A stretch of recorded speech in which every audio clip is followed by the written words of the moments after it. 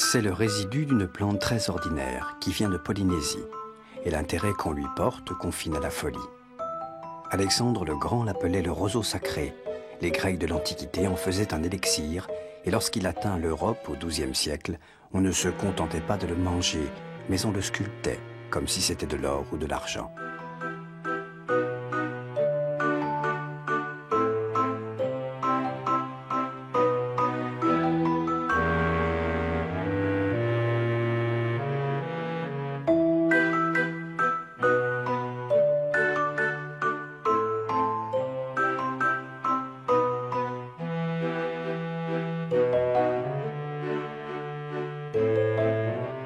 C'est une des denrées les plus convoitées qui soit. Et à l'hôtel Claridge de Londres, les sculptures qu'on en tire sont une des gloires de la maison.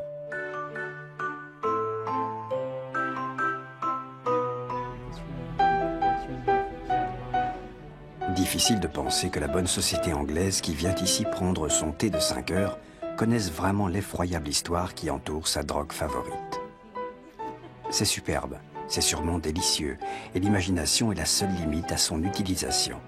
Sa valeur nutritionnelle est limitée, mais la plupart de nos plats préférés perdraient de leur saveur sans lui. Voici l'histoire du sucre, de notre amour pour le sucre, et l'histoire du chocolat qui lui est inexorablement liée. C'est une histoire sur la barbarie, mais aussi sur l'imagination.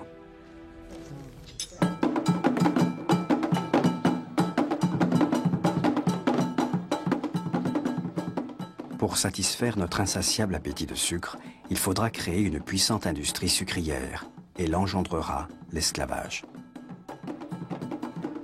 Voici Assine Manso. Cette petite ville paisible du Ghana sera dès 1500 le théâtre de sombres événements. À cette époque, des commerçants espagnols font du troc avec les chefs locaux. Ils échangent des verreries et de la poudre à canon contre des êtres humains. Au cours de razzias, les prisonniers sont sélectionnés, menottés, fouettés et rassemblés, sans jamais savoir ni où ni pourquoi on les emmène. L'Afrique commence à fournir la main-d'œuvre involontaire d'une industrie qui bouleversera à jamais nos habitudes alimentaires, l'industrie du sucre.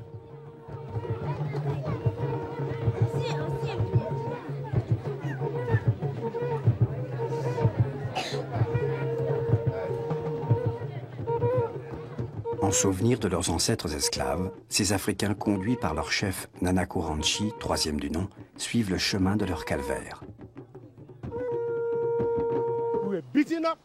Nous étions prisonniers. On nous capturait pour aucune raison. On faisait de nous des esclaves. Nous nous comportions comme des esclaves. Nous étions capturés comme esclaves et utilisés comme esclaves.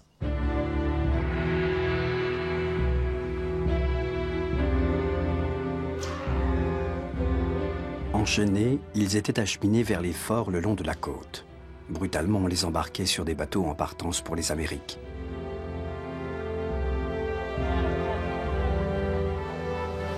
L'Europe, avide de sucre, organisait ce commerce.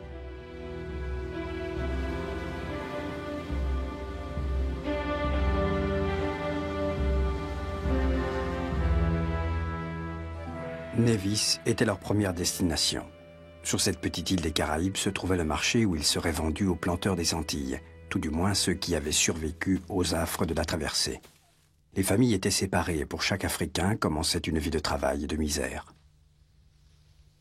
Ils étaient amenés là pour couper la canne à sucre, une plante d'Amérique centrale que Christophe Colomb avait introduite dans les Caraïbes dès 1493. Avant cela, la jungle régnait sur ces îles et le peu de sucre qui parvenait en Europe venait d'Arabie ou du sud de l'Espagne. Mais le climat tropical des îles était parfait pour la canne, et les Européens y établirent d'immenses plantations, espérant en tirer d'énormes profits.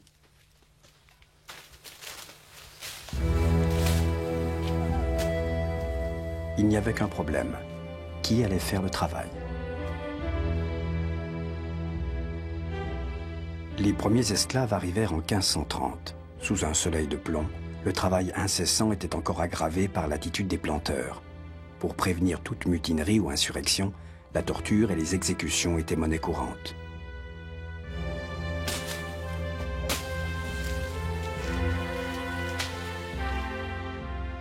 Le travail était difficile dans les plantations, mais il devenait franchement dangereux dans les raffineries.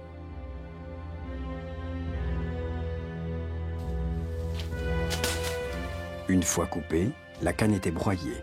Le jus obtenu était mélangé d'eau dans d'énormes chaudrons, puis porté à ébullition. Les accidents étaient continuels. Si celui qui s'occupe de la cornue tombe dans la citerne, c'est la mort immédiate. Autour des chaudrons, la mélasse en fusion colle terriblement. Si on y touche, on ne peut plus s'en arracher. Si celui qui fait avancer la canne dans le broyeur se fait attraper ne serait-ce que le petit doigt, il est happé et déchiqueté par la machine. Jusqu'à l'abolition de l'esclavage vers le milieu du XIXe siècle, on estime à au moins 15 millions le nombre d'Africains qui ont ainsi été acheminés vers les Amériques.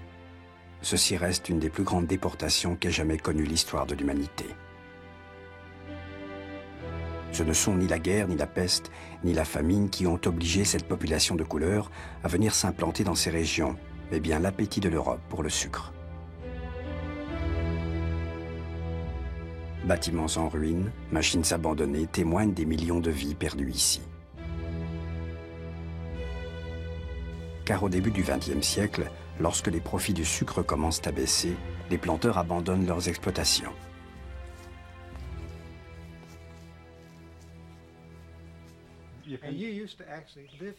Albert Powell a travaillé ici étant jeune garçon et il se souvient des derniers jours des planteurs. Ici, il y avait des meubles fabuleux.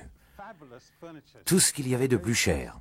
Et ce que j'ai vu ici étant enfant, je ne l'ai jamais revu nulle part ailleurs.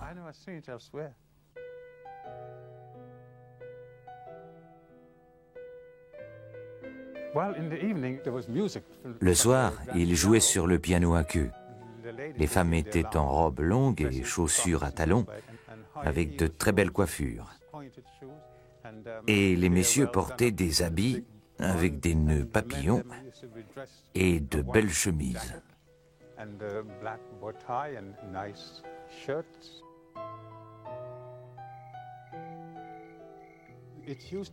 C'était superbe.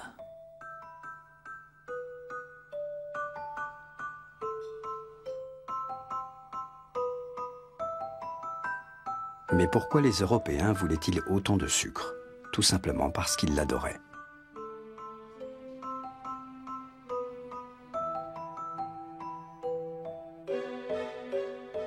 Au début, on le consommait tel quel, puis petit à petit, on commença à l'additionner à d'autres aliments et toute la nourriture s'en trouva affectée.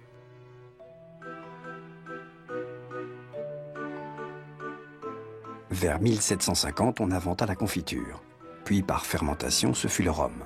Puis les gâteaux et les biscuits. Tout ce que touchait le sucre s'en trouvait amélioré. La véritable raison de cet engouement furent les boissons que les Européens découvrirent au XVIIe et XVIIIe siècle. Des boissons stimulantes comme le café, le thé et surtout le chocolat. Le sucre leur était un adjuvant formidable.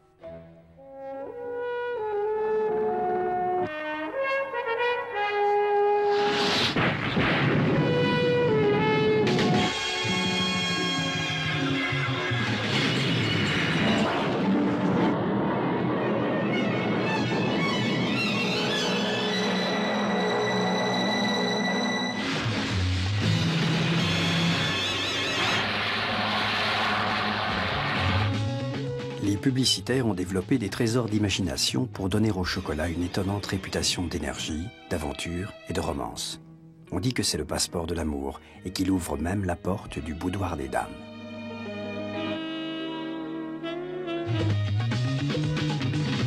And all because the lady loves milk tray. Mais d'où vient le chocolat et comment a-t-il su acquérir une telle réputation? Voici des fèves de cacao. Aucun Européen n'en avait vu avant 1519. Les Aztèques l'utilisaient depuis très longtemps sous le nom de cacahualt. C'est à partir de ces fèves que l'on fabrique le chocolat.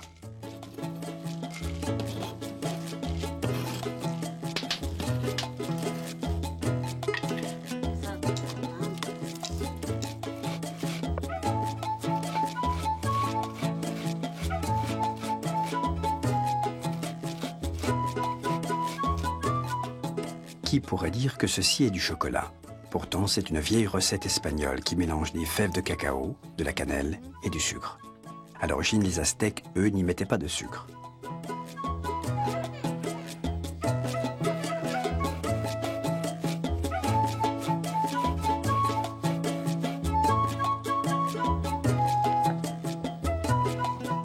Paula Cortés prépare ce chocolat pour sa famille et ses amis. Comme tous les enfants du monde, ils adorent ça.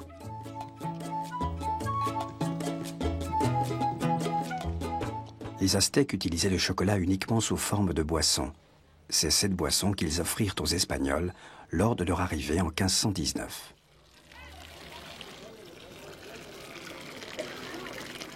De nos jours, cela s'appelle teajate. C'est un mélange non sucré fait à base de cacao, de farine de maïs et de cendre.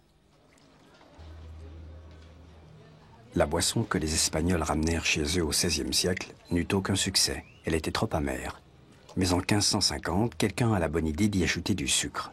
C'était les débuts du chocolat, tel que nous le connaissons aujourd'hui. La réputation de cette boisson magique se répandit à travers toute l'Europe du XVIIe siècle. Madame de Sévigné écrivait ainsi à sa fille. Si vous ne vous portez point bien, vous n'avez point dormi, le chocolat vous remettra. Mais vous n'avez peut-être pas de chocolat. Et je m'arrête d'y penser. Comment ferez-vous?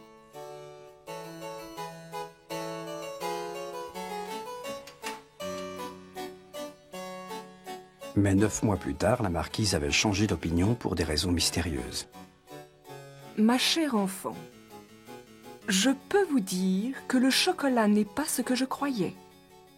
J'ai fait trop confiance à la mode, comme d'habitude. Tous ceux qui m'en disaient du bien m'en disent du mal. On le méprise. Et on l'accuse de tous les péchés du monde.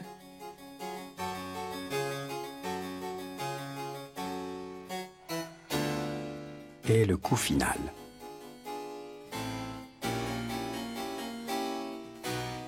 Ma chère enfant, je vous supplie de ne pas en boire. La marquise de Coët-Logon en a tellement bu durant sa grossesse l'année passée qu'elle a mis au monde un petit garçon aussi noir que la nuit. Ce que Madame de Sévigné oublie de rapporter, c'est que chaque jour, la marquise de Coët-Logon se faisait servir son chocolat par un serviteur noir, pour lequel elle avait une affection toute particulière.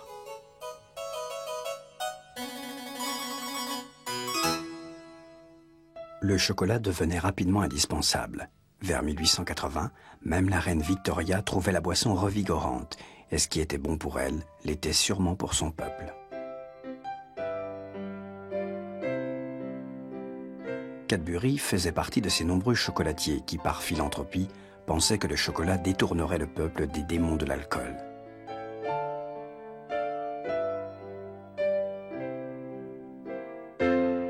Le chocolat fut aussi le compagnon des pionniers de l'escalade et des explorateurs. En 1910, l'anglais Scott et le norvégien Amundsen se lancent simultanément à la conquête du pôle Sud. Scott y trouvera la mort. On dit qu'Amundsen réussit à revenir de l'expédition uniquement parce qu'il avait une réserve de cacao supérieure à celle de Scott. Au début du XXe siècle, le chocolat sous sa forme liquide était devenu une boisson très populaire. Solide, il restait un luxe.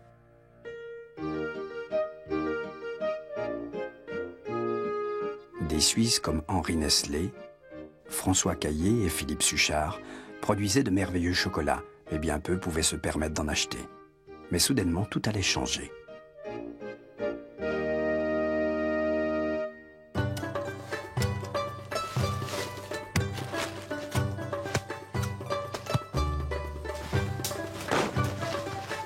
Vers 1920, la demande pour le cacao était déjà bien supérieure aux capacités de production.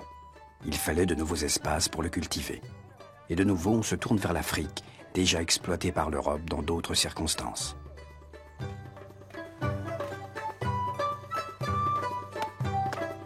Le chocolat est produit à partir des graines du cacaoyer, un arbre originaire d'Amérique du Sud. Celles-ci sont récoltées au Ghana. Elles proviennent d'arbres directement ramenés du Mexique par les Espagnols. Lors de la cueillette, les fèves sont couvertes d'une pulpe blanche et gluante. On étale la récolte sur des claies de bois et on la laisse fermenter.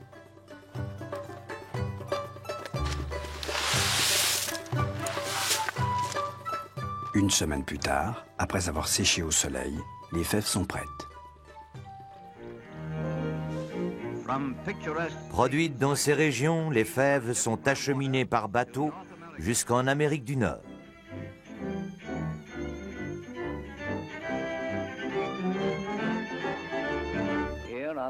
Les voici avant torréfaction, telles qu'elles nous sont parvenues.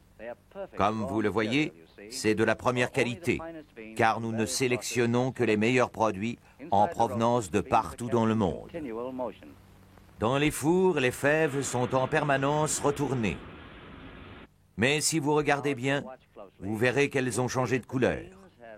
Elles ont vraiment pris la couleur du chocolat. C'est l'Europe qui commence à populariser le chocolat, mais c'est l'Amérique qui le met à la portée de tous. Au début du siècle, un Américain, Milton Hershey, lance une entreprise ambitieuse. Il veut construire la plus importante usine de chocolat au monde, pour que tous puissent enfin en profiter. Contre l'avis général, il commence les travaux sur un champ en friche de Pennsylvanie. 2 ans plus tard, la production est lancée. Maintenant, nous allons vous montrer comment on fait du chocolat. Nous clarifions le lait dès qu'il nous arrive. Et nous mesurons la quantité reçue non pas en fonction du volume, mais en fonction de son poids. Milton Hershey emprunte à l'Europe les techniques industrielles existantes, mais il donne une dimension américaine à ses opérations. Jour et nuit, nous le travaillons pour qu'il atteigne nos critères de qualité.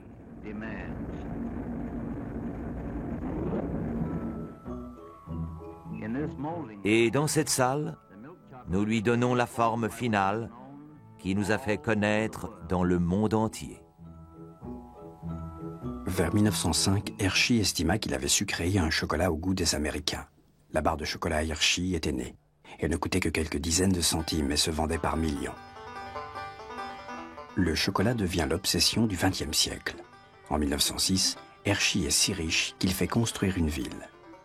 À Hersheyville, tous les bâtiments, que ce soit l'usine, le théâtre, le parc de loisirs, l'hôtel, le stade et l'école, portent le nom de leur fondateur, Milton Hershey.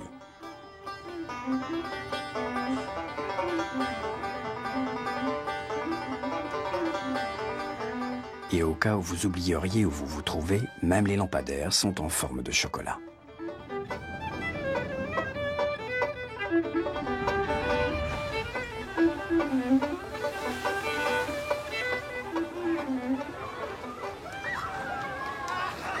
Depuis le jour de sa fondation, la ville fonctionne sur un modèle philanthropique. Hershey voulait que ses ouvriers vivent dans une sorte de paradis avec des maisons bon marché et des loisirs gratuits. En fait, les gens n'avaient pas besoin d'être convaincus pour venir travailler et vivre à Hersheyville. Tout ici reposait sur le chocolat et les millions de produits qui sortent de l'usine chaque jour. Rien d'autre ici n'existe que le chocolat, et c'est l'obsession de chacun.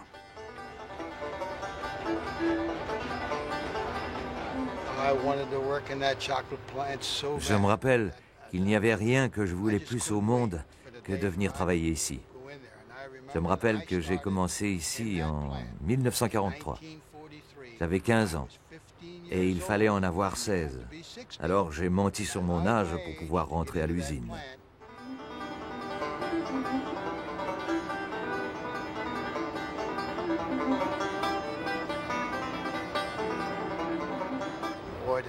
Mon vieux, qu'est-ce que j'ai pu manger comme chocolat?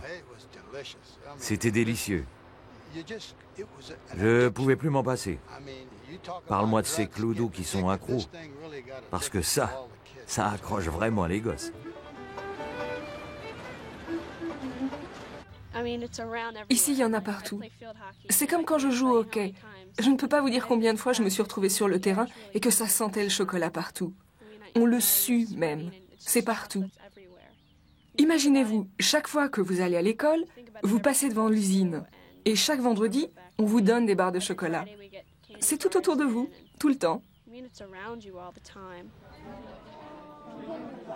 Kate Casey prépare ses examens de fin d'études à l'école Milton Hershey, une des institutions à laquelle Hershey a légué sa fortune.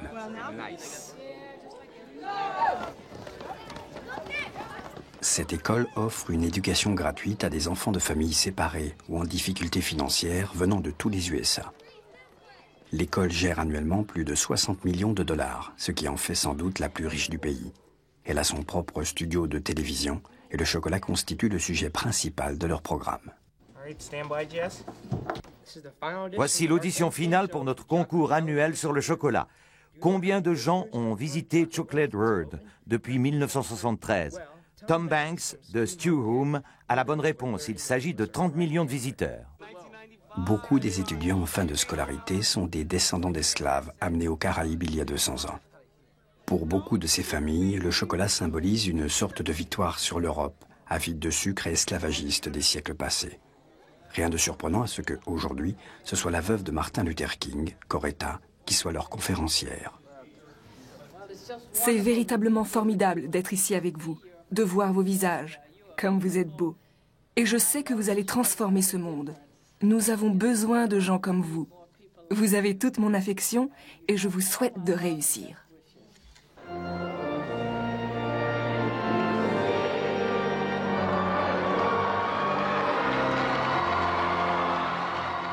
Rien ne permettra d'effacer à jamais l'histoire sanglante de l'esclavage de nos livres d'histoire.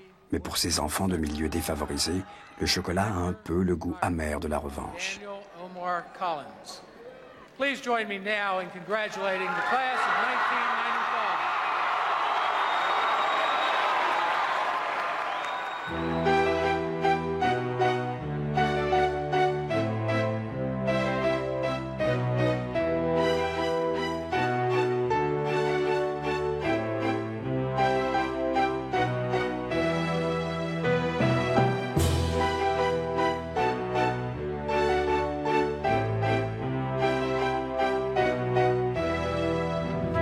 Si pour ces étudiants l'avenir a un sens, dans les Caraïbes, la réalité a une toute autre saveur.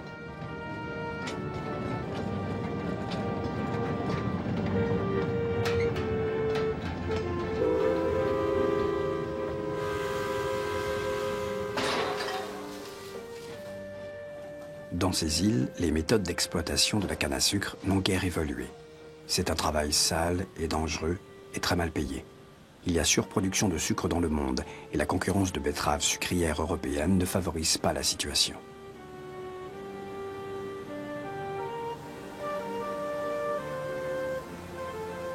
Les conditions ici sont aussi difficiles qu'autrefois. Ceux qui souffrent le plus sont les coupeurs de canne. Ils sont parmi les ouvriers les plus exploités au monde. Avec des salaires de 2 $ par jour, on peut dire que l'esclavagisme continue d'exister dans certains endroits des Caraïbes.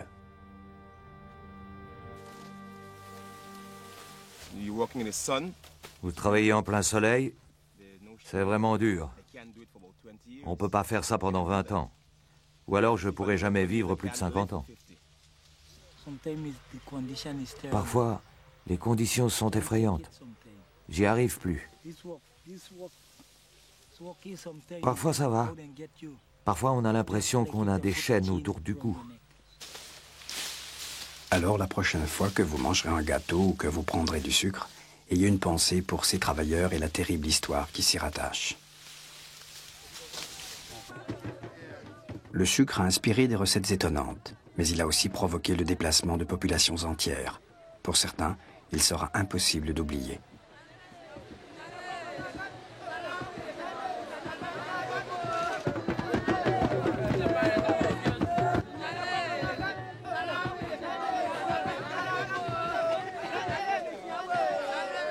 À Asin Manso, sur les côtes de l'Afrique, Nana Kouranchi conduit ses frères vers la rivière. Là, ils honorent la mémoire de ces Africains déracinés, leurs ancêtres, qui furent réduits en esclavage. Et après des libations, ils prient pour eux.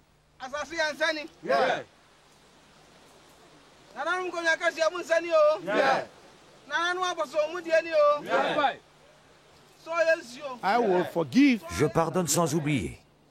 On oublie d'une certaine façon. Mais l'histoire, elle n'oubliera pas.